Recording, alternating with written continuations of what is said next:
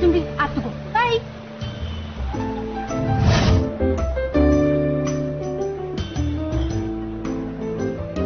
Sir जी, आपके लिए orange juice. Thank you.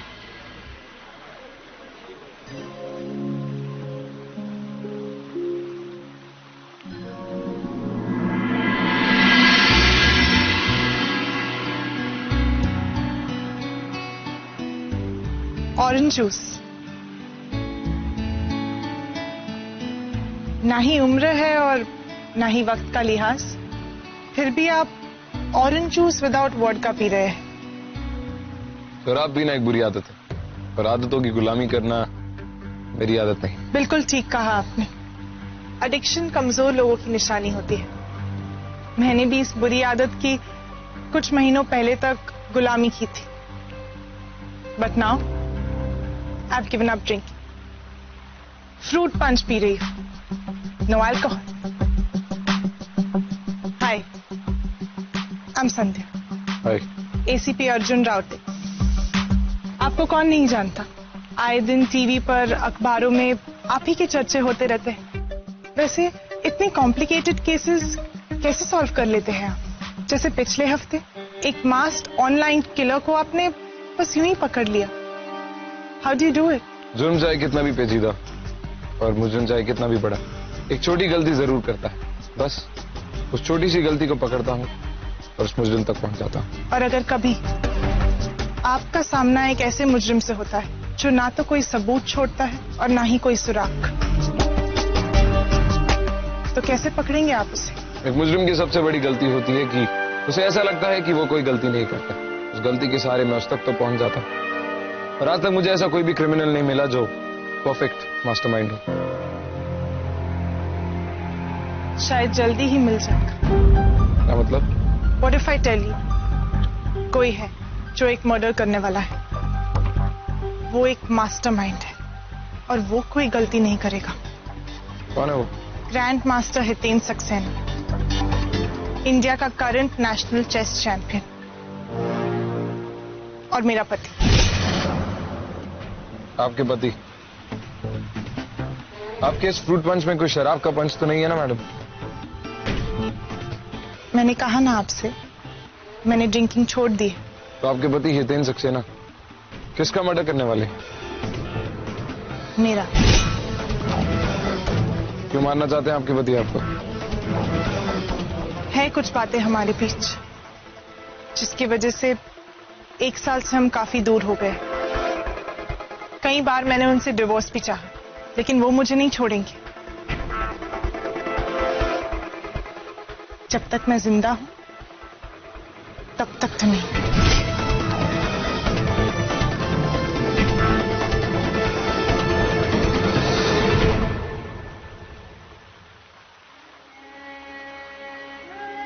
अच्छा है ना? बहुत खास तोहफा है ये मेरे लिए, मेरे एनिवर्सरी का गिफ्ट। क्योंकि वो दिन मेरी खुशी का आखिरी दिन था। अभी कुछ दिनों में मेरी अगली एनिवर्सरी है, लेकिन तब तक मैं रहूंगी या नहीं किसे पता। कुछ सालगिरह ऐसी यादें दे जाती है जो जीने भी नहीं देती और ना ही मरने। वैसे आपको ऐसा क्यों लगता है कि आपका पति आपको मार देगा? उसने खुद मुझसे कहा है, पिछले 1 महीने में 3 बार कह चुके हैं। पहले मुझे लगता था कि वो मेरे साथ ऐसा कभी नहीं करेंगे, लेकिन अब मुझे महसूस होने लग गया है। मेरे पास अब ज्यादा समय नहीं है। तो आप एक काम कीजिए, फौरन पुलिस स्टेशन जाइए, वहां एक कंप्लेंट लिखवाइए। मैं यहाँ से फोन कर देता हूँ, वो आपकी कंप्लेंट पे इमीडिएटली रिस्पॉन्ड करेंगे। अगर पुलिस को उसके खिलाफ कुछ करना होता तो अब तक कर ही लेती। क्या मतलब? कुछ नहीं। बातों की कितनी खास बात होती है ना, कब कहां से कहां चले जाए कुछ पता ही नहीं चलता। वैसे आपके पति हितेन सक्सेना अभी है कहाँ? बैंगलोर में चेस टूर्नामेंट के लिए गए हैं। 7 दिनों में वापस आएंगे। जब वो वापस आएंगे मैं उनसे बात करूंगा। थैंक्स, उसकी कोई जरूरत नहीं। आपके लिए कुछ और कर सकता हूँ? एक वादा कर सकते हैं आप? कहिए। अगर मुझे सच में कुछ हो गया तो आप हितेन सक्सेना को नहीं छोड़ेंगे।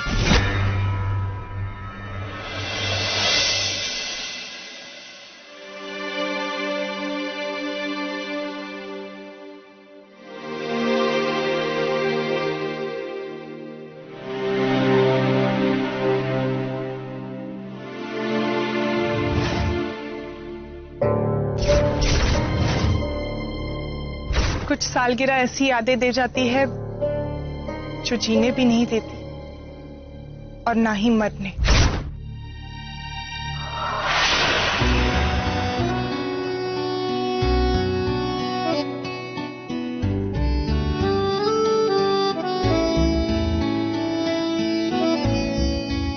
चाहो तो खाने की तारीफ कर सकते हो। बहुत अच्छा है और डेकोरेशन भी बहुत अच्छी है, पर स्पेशल ओकेजन है क्या?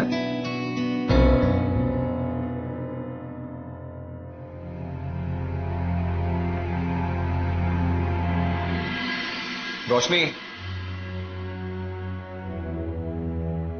क्या हुआ रोशनी? एक ही साल में तुम हमारी वेडिंग एनिवर्सरी भूल गए। अगले साल शायद मुझे भी भूल जाओगे।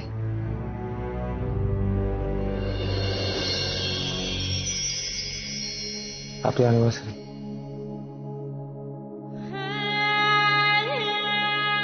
कमाल, तुम तो फूलों को देख के ही खुश होगी, एनिवर्सरी गिफ्ट नहीं देखोगी?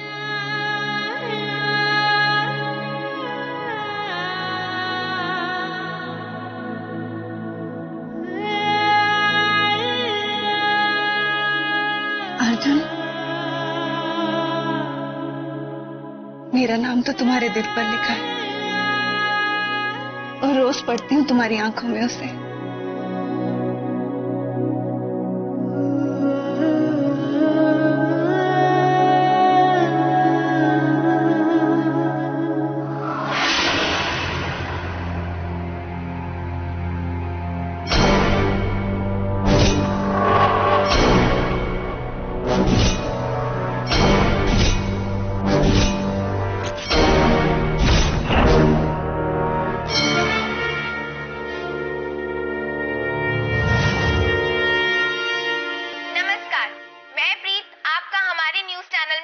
करती हूँ।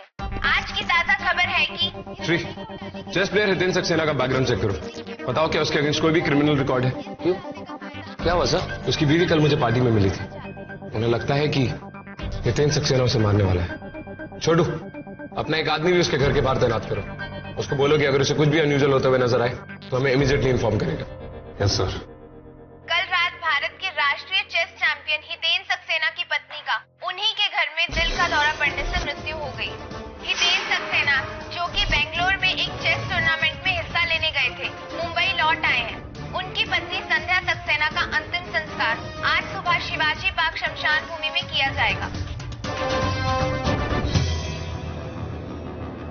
इनके हिसाब से तो इसकी मौत दिल का दौरा पड़ने से हुई है। वजह चाहे जो भी हो रहा था, इस सब के पीछे वही है, Hiten Saxena. I mean, how is it possible?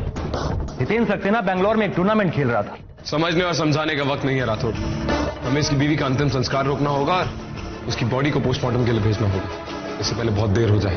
Shri, local police station जाओ और हितेन सक्सेना के अगेंस्ट एक FIR लॉन्च करवाओ और उसकी कॉपी लेके शमशान भूमि पे मिलो। हम वहीं जा रहे हैं। हितेन सक्सेना एक बहुत बड़ा सेलिब्रिटी है और अगर वाकई उसने अपनी बीवी को मारा है तो उसकी बॉडी बिना लीगल पेपर्स के हमें टच नहीं करने देगा। Quick sir, let's go. Ram नाम सत्य, राम नाम सत्य, राम नाम सत्य, राम नाम सत्य, राम नाम सत्य, राम नाम सत्य, राम नाम सत्य, राम नाम सत्य, राम नाम सत्य, राम नाम सत्य, राम नाम सत्य, राम नाम सत्य, राम नाम सत्य, राम नाम सत्य। Thank you.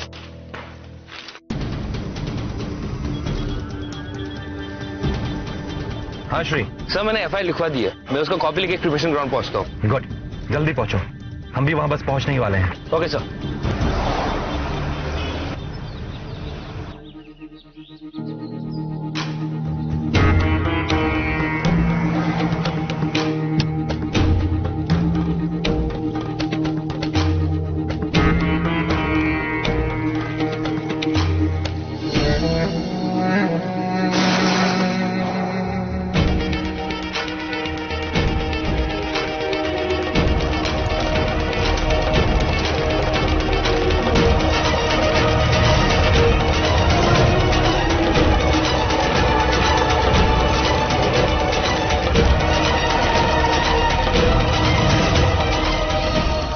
सक्सेना की बीवी संध्या सक्सेना के डेथ सर्टिफिकेट पे आप ही ने साइन किया था? यस सर, ये मेरी ही साइन है। इस डेथ सर्टिफिकेट के मुताबिक उनकी मौत कार्डियक अरेस्ट या दिल के दौरे की वजह से हुई। क्या ये बात सही है? बिल्कुल सही सर। इस बारे में आपने पुलिस को इन्फॉर्म क्यों नहीं किया? पुलिस को मैं क्यों इन्फॉर्म करता? और मैं समझ नहीं पा रहा आप लोग मेरे पास आए क्यों हैं? क्योंकि हमें शक है मिस्टर सक्सेना को कार्डियक अरेस्ट नहीं हुआ था, फोन किया गया था उनका। बिल्कुल नहीं सर, मैंने खुद उनकी जांच की थी। सुबह सुबह उनके घर से फोन आया था कि वो उठ नहीं रही है। मैं फौरन उनके घर पहुंचा, लेकिन अफसोस उनकी डेथ हो चुकी थी। It was massive cardiac arrest. कब से जानते हैं आप हितेन सक्सेना और संध्या सक्सेना को? जी कुछ 2-2.5 साल से। वो सब तो ठीक है डॉक्टर साहब, लेकिन एक बात याद रखिएगा, हमें बिना बताए आप इस शहर के बाहर नहीं जाएंगे।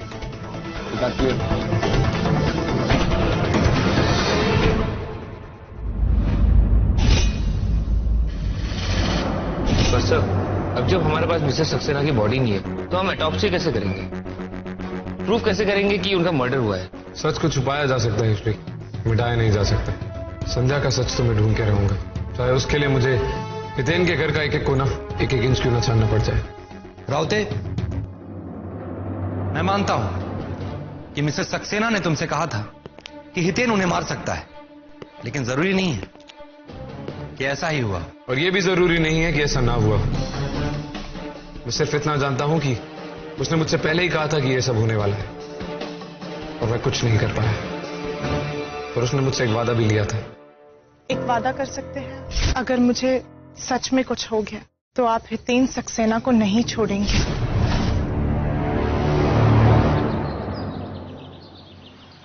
आइए राठौड़ साहब, आप ही का इंतजार था। चौंकी मत। वो क्या है कि आने वाली हरकत को भांप लेने की आदत है। तो मैंने आप लोगों को अपनी वाइफ के चेहरे पे देखा था कि कोई तो बात है जो आप लोग मुझसे करना चाहते हैं। How can I help? फिलहाल हम सिर्फ तुम्हारे घर की तलाशी लेना चाहते हैं। आई जस्ट होप कि तुमने कोई भी सबूत मिटाने की कोशिश न की। शौक से लीजिए। संध्या और मैं अलग अलग कमरों में रहते थे, यू नो, पर्सनल प्रॉब्लम्स। और उनकी मौत के बाद फिर उनके कमरे में नहीं गया। Carry on. तलाशी लो।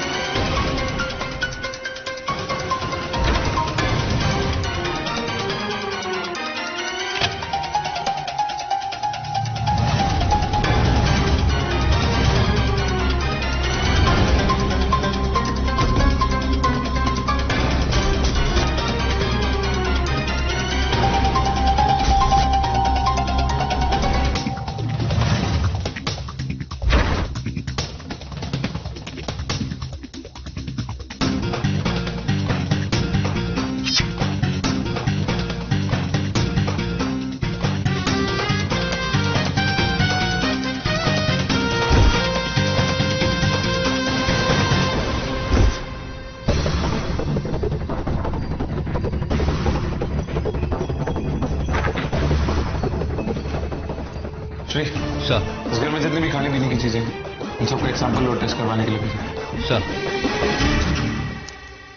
एसीपी अर्जुन, बहुत सुना आपके तेज दिमाग के बारे में। अगर चेस का शौक रखते हैं तो आइए किसी दिन मिलके खेलेंगे। खेल तो शुरू हो चुका है।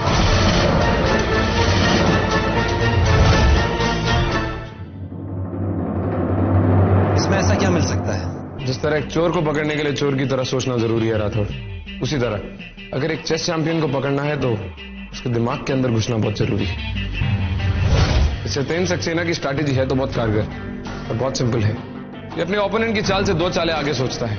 जैसे जब उसका ओपोनेंट वो चाल चले, उससे 2 चाल पहले ही इसे उस चाल का अनुमान होता है, जिस वजह से ये हर गेम जीतता है। टेस्ट रिजल्ट आ गए सर।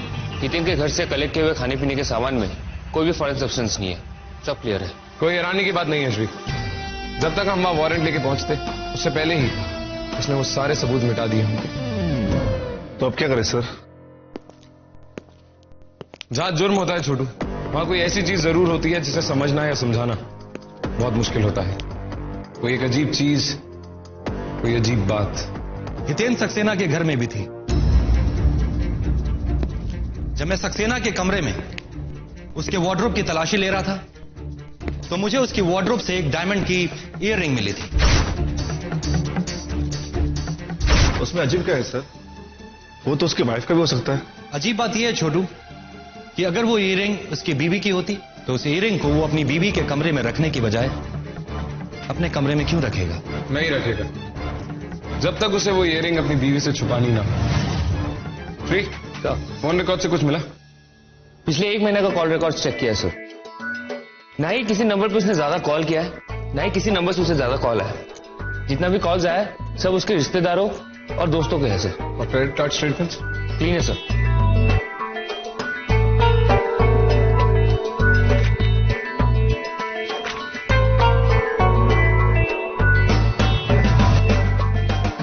फिश एम्पोरियम, लेकिन हितेन के घर में तो कोई भी एक्वेरियम नहीं है। उसने इस एम्पोरियम से क्या खरीदा है और क्यों?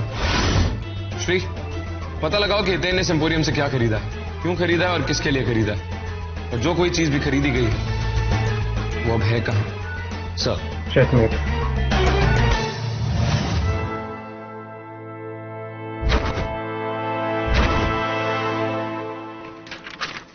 हाँ, मिस्टर सक्सेना ने एक दुर्लभ प्रजाति की फिश खरीदी थी। उन्होंने जिस एड्रेस पर मुझे भेजने के लिए कहा था मैंने उसी एड्रेस पर भेजा, लेकिन वहां पर किसी ने इसे एक्सेप्ट नहीं किया और ये फिश वापस मेरे पास आ गई। अच्छा, हमें वो एड्रेस चाहिए जहाँ पे मिस्टर सक्सेना ने ये फिश डिलीवरी करने के लिए कहा। Miss Gauri Sharma, ETR। हाँ, जानती हूँ मैं हितेन को।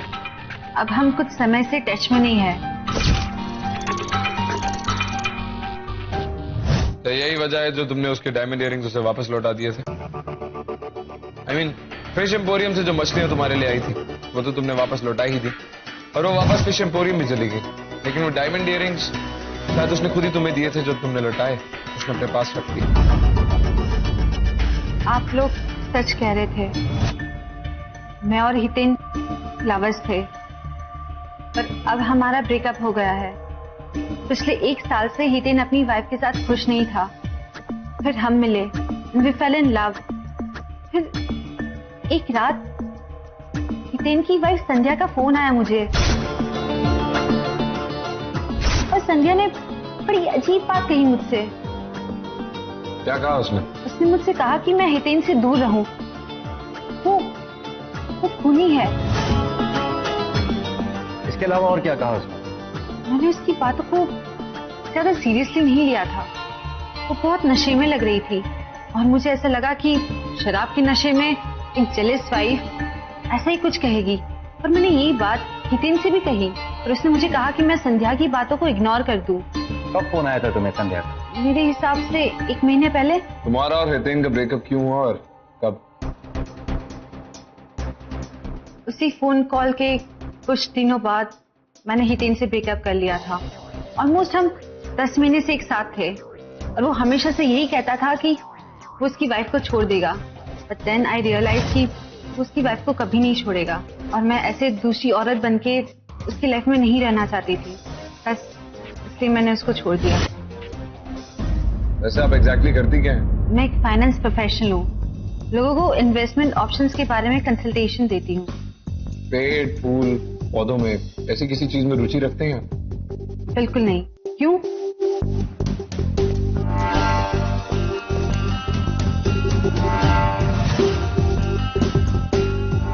अगर बॉटनी में इंटरेस्ट नहीं है तो इन सब फाइनेंस की बुक्स के बीच में बॉटनी की बुक क्या कर रही है?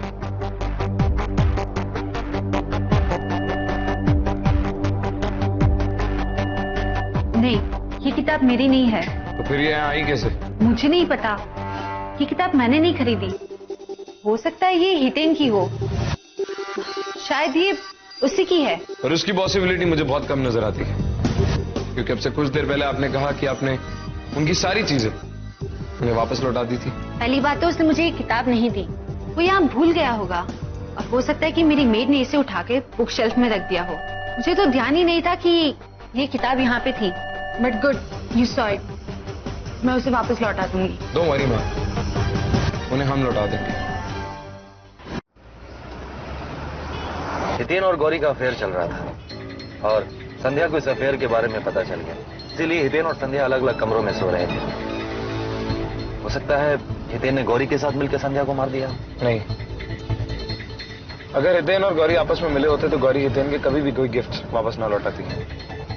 लेकिन एक बात अजीब है राठौड़, गौरी ने हमसे कहा कि संध्या ने उसे 1 महीने पहले फोन किया शराब के नशे में, जबकि संध्या ने खुद मुझसे कहा कि पिछले 3 महीने से उसने शराब को हाथ तक नहीं लगाया। मैंने कहा ना आपसे, मैंने ड्रिंकिंग छोड़ दी।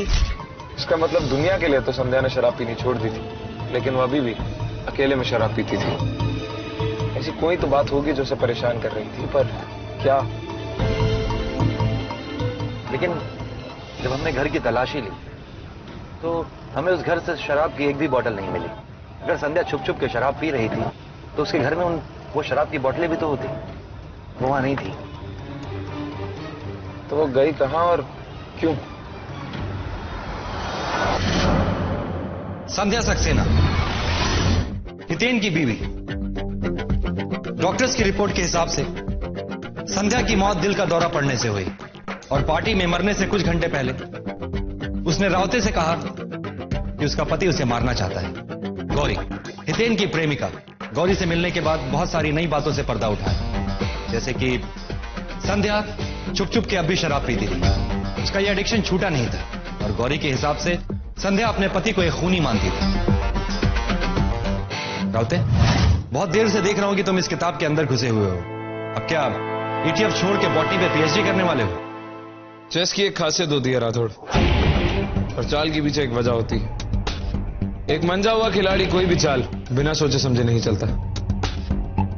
जब से एक किताब मेरे हाथ आई है तब से सोच रहा हूं कि हितेन के पास क्या कर रही है, क्योंकि जब हमने उसके घर की तलाशी ली थी तो उसके घर पे हमें इस सब्जेक्ट से रिलेटेड कोई भी किताब नहीं मिली थी।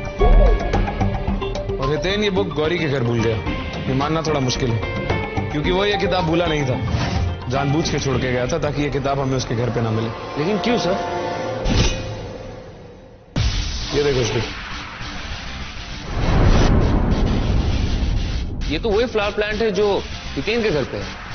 हाँ, ओलियंडर नाम है इस फूल का, बहुत ही जहरीला फूल होता है।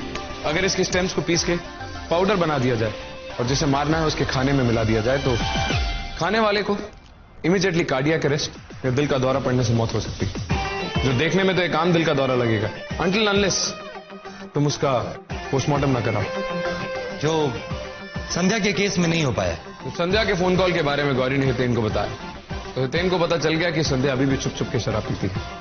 बैंगलोर जाने से पहले हितेन ने उसकी वो छुपी हुई शराब की बोतल ढूंढ निकाली और उसमें वो जहरीला पाउडर मिला दिया।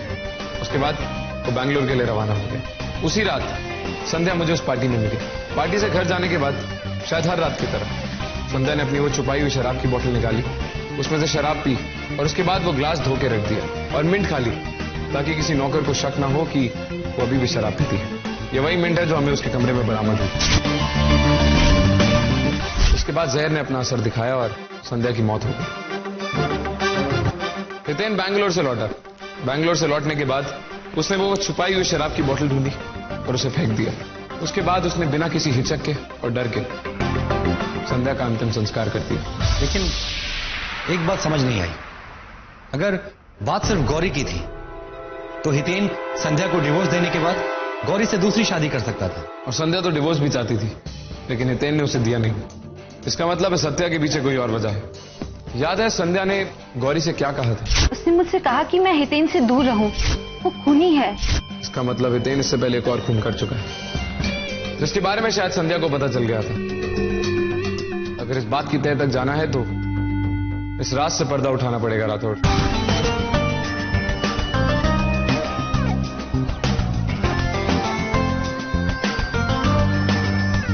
अकेले खेलने का बहुत शौक है तुम्हें? मजबूरी है, हराने वाला कोई है ही नहीं। यही जीत का गुरूर एक दिन तुम्हारी हार का कारण बनेगा।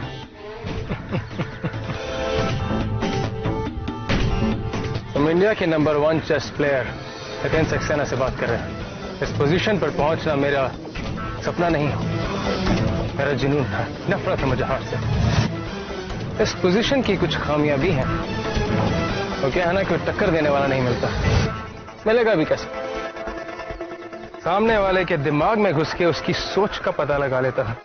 जैसे कि तुम जब तक पूरी तरह टूट नहीं जाओगे, हार नहीं मानोगे। I like it. I like it. कद्र करता हूं मैं ऐसे जुनून की, ऐसे सोच की। There's a problem, you know?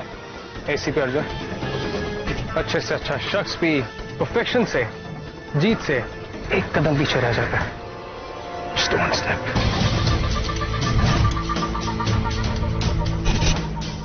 Some other time.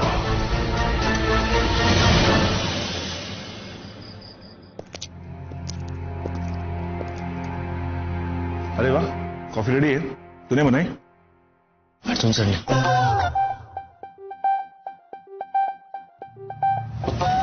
तुमने इसकी कॉफी में वो ड्रग DMT मिलाई है? हाँ, अपनी थियोरी को सही प्रूव करने के लिए मेरे पास और कोई तरीका नहीं था। मुझे नहीं चाहिए, तू ले लो।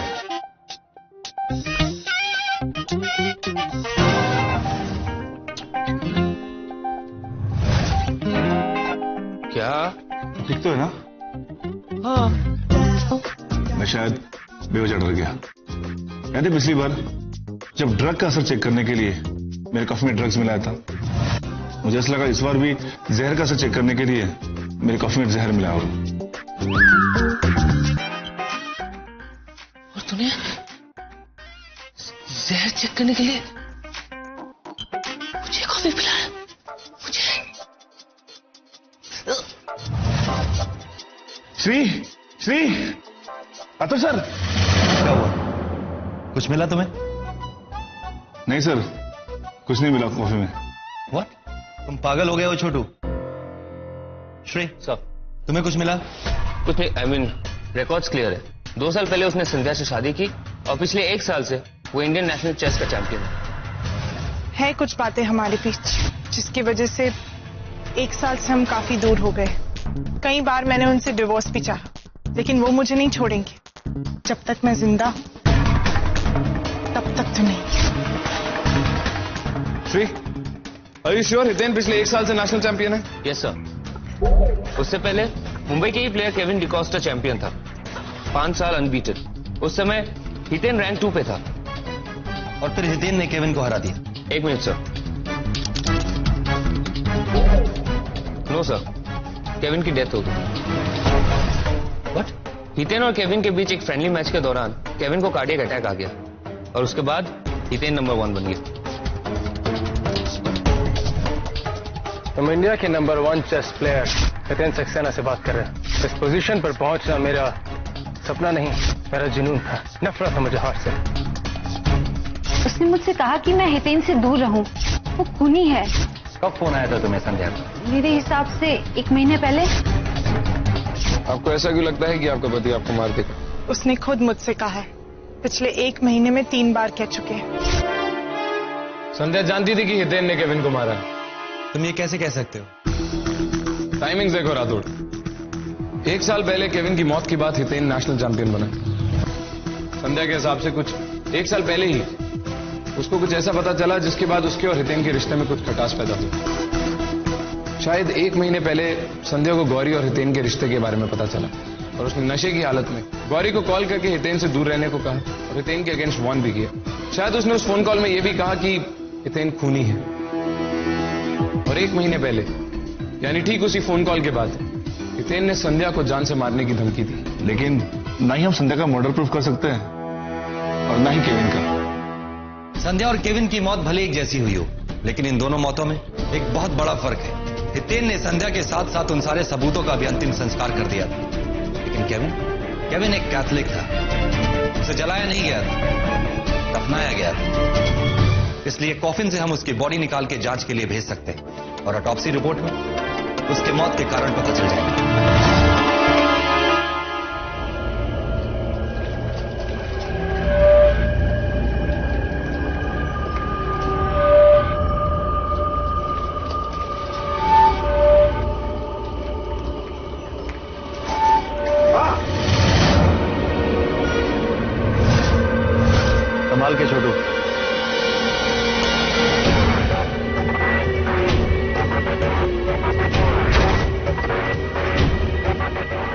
राठौड़, ये रही केविन की कब्र।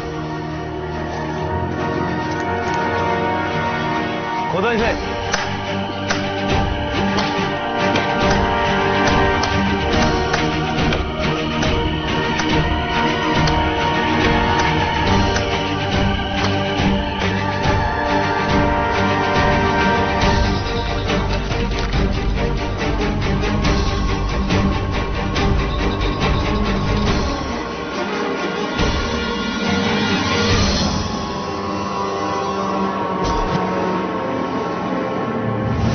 मुझे कल दोपहर तक सारी रिपोर्ट मेरे टेबल पे चाहिए। Yes sir.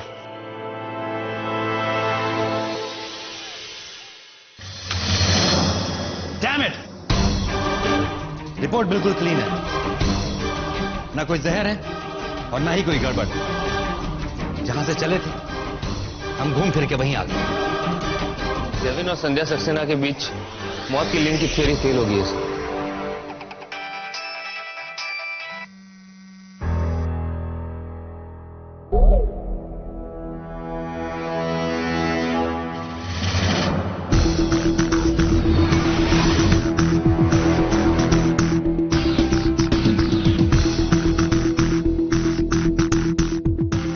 ये सब कैसे किया तुमने? एक अच्छा खिलाड़ी अपने मोहरे की चाल का राज कभी नहीं खोलता। जिन्हें तुमने मारा वो शतरंज के मोहरे नहीं, इंसान थे। मैंने किसे मारा? खैर, जिस किसी ने भी मारा वो एक जीनियस होगा जिसे सुपर इंटेलिजेंट एसीपी अर्जुन नहीं पकड़ पा रहा। कुछ तो होगा उसमें। हो सकता है देर लगे, लेकिन आज नहीं तो कल उस जीनियस को उसकी असली जगह पहुंचा के रहूंगा। जानते हो, चेस बोर्ड में 64 खाने क्यों होते हैं? क्योंकि मैथमेटिक्स में 64 एक सुपर परफेक्ट नंबर माना जाता है, और इस सुपर परफेक्ट नंबर के बोर्ड का बादशाह यानी किंग मैं हूं। हो सकता है, लेकिन फिलहाल तुम्हारा राजा तो गया। बड़े बड़े राजाओं को ऐसी छोटी मोटी चालों से कोई फर्क नहीं पड़ता।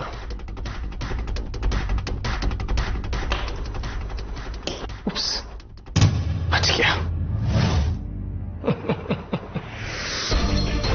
सॉरी, मैं हूं ना इस खेल में। कास्टलिंग कहते हैं, कास्टलिंग। हाथी और राजा की जगह की अदला बदली, और राजा वापस महफूज अपने किले में।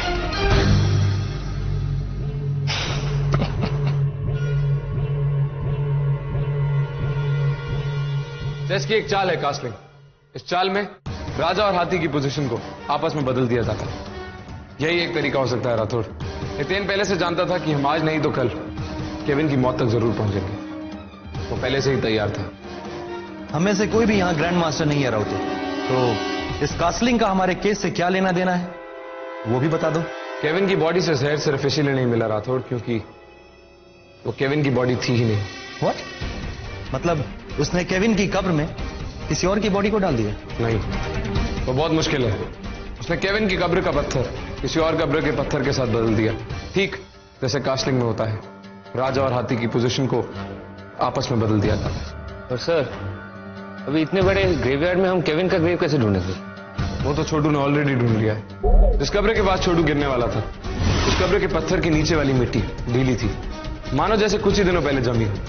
ये कब्र हितेन ने सिर्फ इसलिए चुनी क्योंकि वो एक आदमी की कब्र थी, और उस आदमी की उम्र लगभग उतनी ही रही होगी जितनी केविन की थी, ताकि हमारे फॉरेंसिक एक्सपर्ट्स अगर टेस्ट भी करें तो सदला बदली को कभी पकड़ न सके। यानी हमने पीटर की बॉडी की जांच करवा दी, और केविन की बॉडी उस कब्र के अंदर है जिसके ऊपर पीटर के नाम का पत्थर लगा हुआ है। 5 साल तक राष्ट्रीय चेस चैंपियन रहे स्वर्गीय ग्रैंड मास्टर केविन डिकोस्टा, इनकी मौत से जुड़े कुछ नए तथ्य सामने आए हैं। इमरजेंसी टास्क फोर्स की अपील के चलते कोर्ट के आदेशानुसार केविन डिकोस्टा के शरीर को फॉरेंसिक जांच के लिए भिजवाया गया था, जहां यह खुलासा हुआ है कि पिछले साल हुई ग्रैंड मास्टर की मौत की वजह दिल का दौरा नहीं बल्कि एक दुर्लभ जहर था।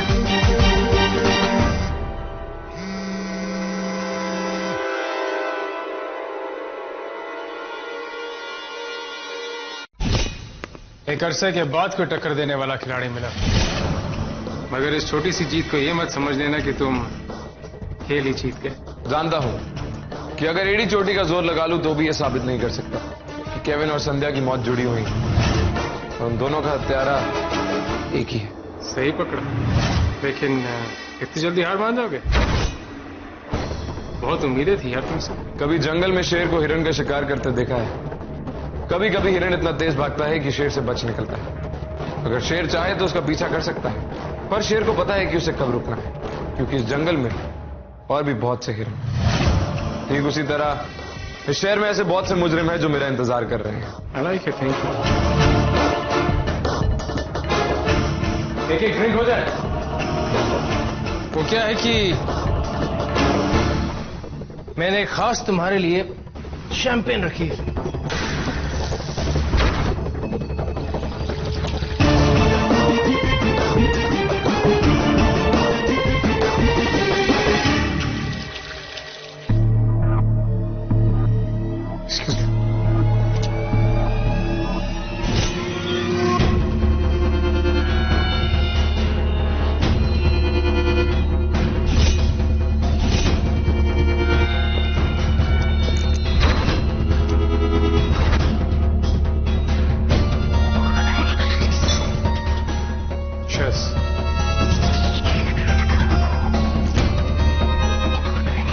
तुम्हें कहा था ना, अपने विरोधियों से मैं 2 कदम आगे ही सोचता। मैं कुछ समझा नहीं।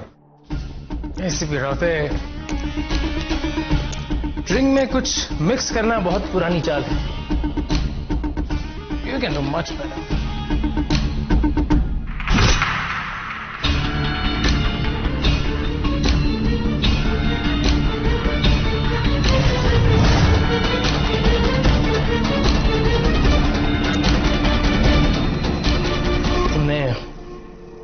क्लास नहीं बदला।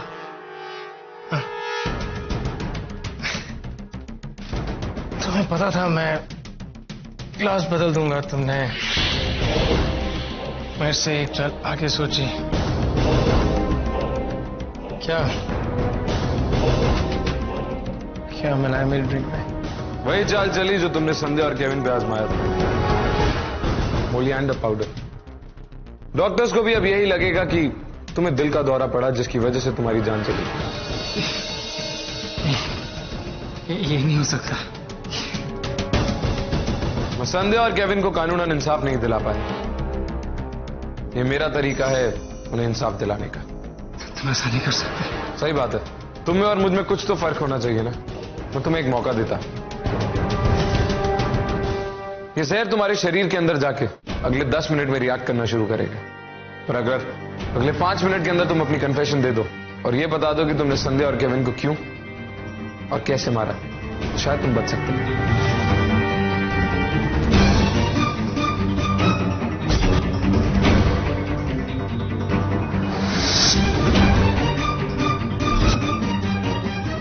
Not so soon.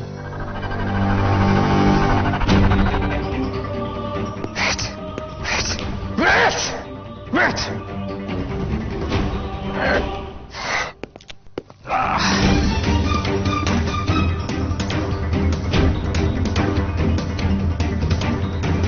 केविन को मैंने इसलिए मारा क्योंकि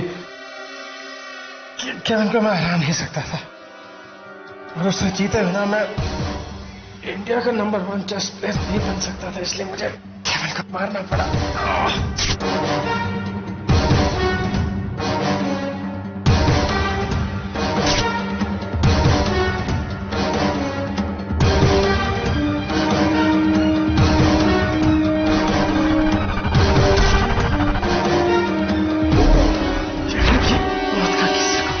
किसी को शक तक नहीं हुआ।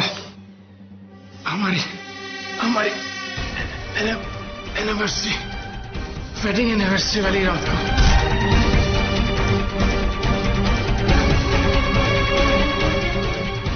के नशे में मैंने संध्या को किरण की मौत की हकीकत बता दी। नफरत करने लगी है मुझसे, तलाक चाहती थी, डिप्रेस रहने लगी और इसी वजह से उसने खुद को शराब के नशे में डुबो दिया। उस दौरान मेरी मुलाकात गौरी से हुई। जो संध्या को गौरी का पता चला था। एक दिन शराब के नशे में उसने गौरी को फोन करके कह दिया कि मैं खाते तो मुझसे दूर है। डॉक्टर्स के लाख मना करने के बाद भी संध्या ने शराब पीना नहीं छोड़ा। मैं समझ गया कि वो शराब के नशे में किसी के भी सामने मुंह खोल सकती है। इसीलिए बैंगलोर जाने से पहले मैंने उसकी विस्की की बोतल में मॉली एंड पाउडर मिक्स कर दिया था, वैसे हो जैसा मैंने सोचा था।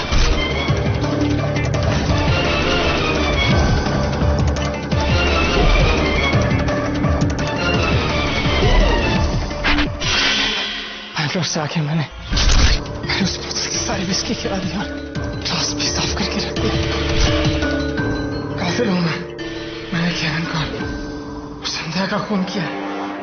तुम कहते नहीं हो, प्लीज एंटीडोट दे दो। तुमने ठीक कहा, मैं खून ही नहीं हूं, इसलिए मैंने ड्रिंक में कोई जहर नहीं मिलाया। सिर्फ एक ऐसी चीज मिलाई जिससे तुम्हें जबरदस्त एसिड रिफ्लक्स हो जाए, यानी एसिडिटी। तुम्हारे सीने में तेज दर्द उठा और तुम्हें लगा कि तुम्हें दिल का दौरा पड़ गया।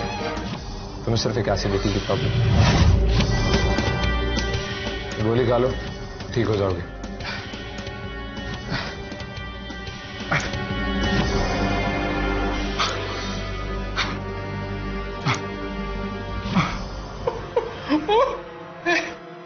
एसिडिटी मतलब मैंने किसी का खून नहीं किया और ना ही मैंने तुम्हें कुछ बताया।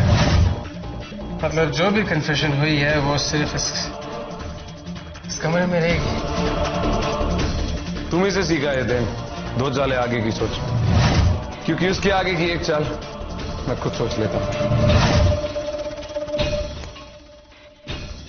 इस पेन में तुम्हारी सारी कन्फेशन रिकॉर्डेड है और बाहर ईडीएफ की गाड़ी में मेरे बाकी टीम मेंबर्स सारी बातें सुन और देख रहे हैं। याद है तुमने मुझसे एक बात कही थी हितेन, कि अच्छे से अच्छा आदमी भी परफेक्शन से बस एक कदम पीछे रह जाता है, जस्ट 1 स्टेप। जैसे तुम। चेकमेट।